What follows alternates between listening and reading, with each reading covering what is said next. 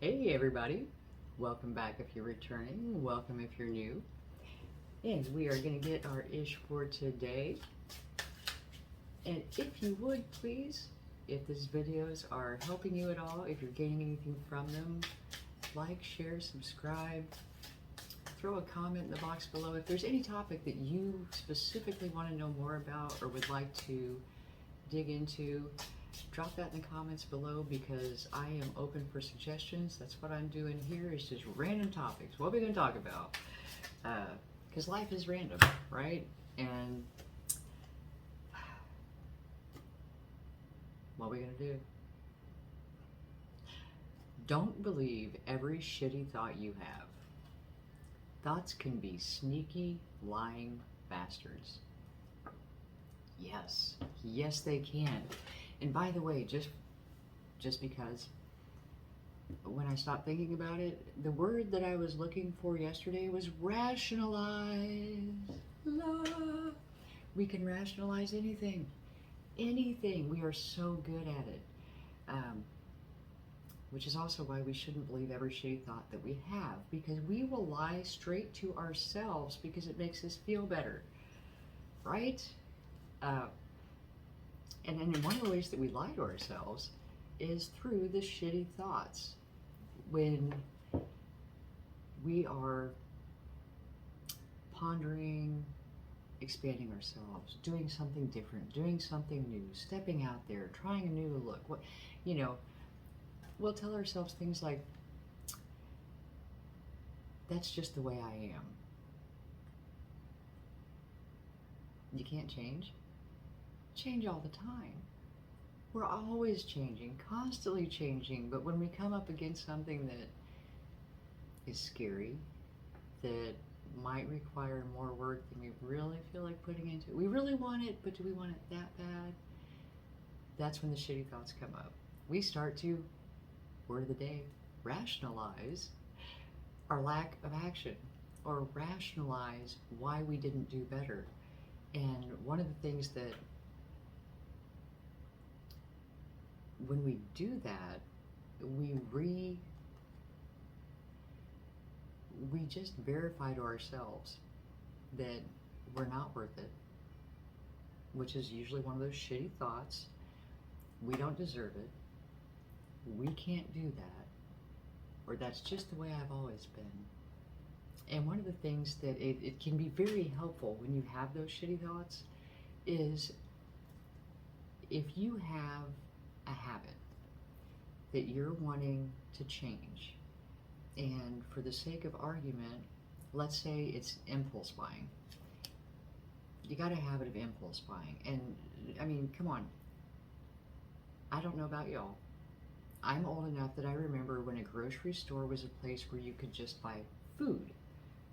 And if you wanted clothes, you went to a department store. And if you wanted car parts, you went to an automotive store. And now you can do it all in one place and probably get your eyebrows and hair done at the same time. I mean, it's just like, the one-stop shopping where you can buy anything and everything you never knew you needed until you see it there. Talk about impulse buying hell.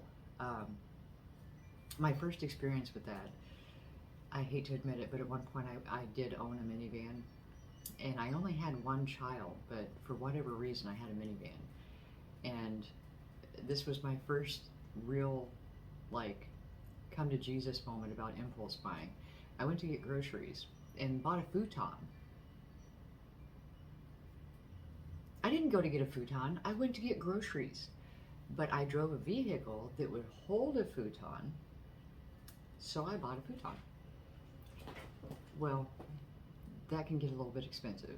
So, on the impulse buying, if you've had a habit of just, you get home and you're shocked as hell that you have a futon now, because you really just meant to have frozen pizza. Start to imagine yourself as the type of person who does not impulse buy. And a way to do that would be, so you go to the grocery store, you got your list, you're doing your thing, and you see a TV on sale for $350 and you buy the TV. You weren't planning on it, you didn't budget for it, you put it on the credit card, you're excited about it until you get home and you have that moment where you're like, why the hell did I buy a TV? And your first instinct may be, you know what, because I have no self-control. I can't budget, I blow my money, I don't even know what I'm doing. I don't have the extra money for that right now. You just reinforce the behavior. If instead you go, you know what, that is so unlike me to just randomly spend that money on a TV. I never do that. I budget for my stuff. You know, I am good with money and I would not do that. So you actually, you know, you hold yourself accountable. You take responsibility. You go and you take the TV back, get the money put back on the card, and then if you still want the TV, which a lot of times you don't, you know, a day later you're like, I don't even need a TV. What the hell was I thinking? And you start to recognize how ridiculous this is. But if you do want the TV, then you set money aside until you can buy it with cash. And you say, that's so like me, because I am responsible with my money. And so I put my money back, and I don't run up debt on credit cards for stuff I don't need, because that's not like me. That's what I mean by associating with the behavior you want to have instead of the behavior you're trying to change. And another thing about the shitty thoughts. We can tend to project our shitty thoughts onto others to redirect them back at ourselves and believe that, and again, a belief is just a thought that you keep thinking. So if you think that you're socially awkward, when you go out into social environments, you will be socially awkward. And every time you'll tell yourself, I just don't know how to act around people. I'm not an extrovert. I'm not good at this stuff. Instead, tell yourself, you know what? I am really looking forward to that meeting tonight, the party after work. This is going to be so much fun. I'm really going to enjoy socializing with my coworkers, and this is so my element. Talk yourself up. Get in that moment. Get in that mood. Like you're putting on a Halloween costume. Pull that aspect of you out. We have all of that within us, and it's just a matter of developing it. So instead of telling yourself that you're socially awkward and then going to the party, and because you believe you're socially awkward, you're going to act that way. If you tell yourself you're the star of the show, and when you arrive, everybody's going to be ready to talk to you, you're in that mindset where you put off that energy of, I'm open, you know, and you feel more confident to interact with people. And instead of verifying that shitty thought that I'm socially awkward, you get to show yourself, you know I used to be socially awkward, and I'm so glad that I've grown past that and developed this new side of my personality where I can really shine in social gatherings. And that's what thoughts can be, lying, sneaky bastards. And there's so many of them that they weren't even our original thought. Somebody else said it and it got stuck in our brain, and we've rolled with it ever since.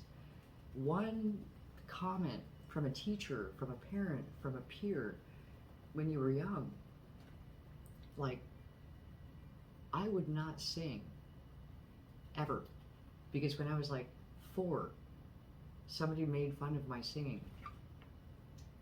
Well, okay, I'm not 4 anymore. I'm a long way from 4.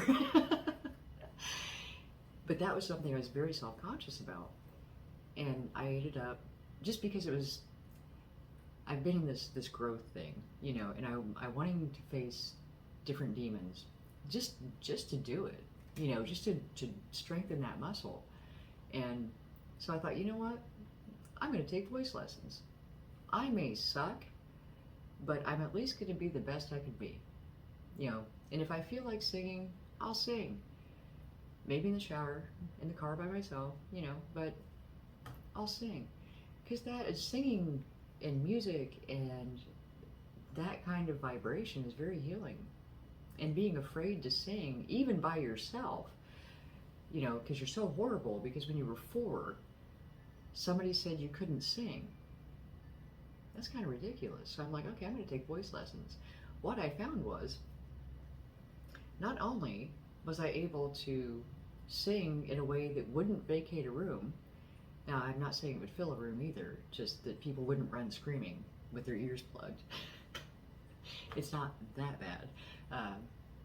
But my voice overall became more confident, and I learned to vocalize in a more powerful way. And now, mind you, right now I'm taking medications that make my throat a little raw, and my head's a little, so yeah, this would not be the time for me to break out in song, and here and there my voice comes and goes. But overall, I developed what I had thought was a weakness, and even though I may not have the confidence to jump up on stage on karaoke night, when I speak much better.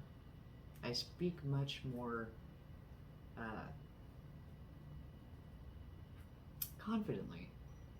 I don't mumble anymore. I found my voice through facing my fear of singing and taking voice lessons and just learning how to use your air and things like that. So, what's that thing for you? It can be small. We want to start small. Baby steps, small changes, small steps can take us so far. It doesn't have to be a big action. It can be something small. What are you afraid of? If there's some, like the singing, or maybe it is just socializing, walking up to a stranger and starting a conversation. Start looking for opportunities to stretch that muscle. Smokey's back. To develop confidence where before you had one of those shitty thoughts, one of those lying, sneaky bastards that told you that you couldn't do it, you weren't good at it, or that was so like you to do something like that.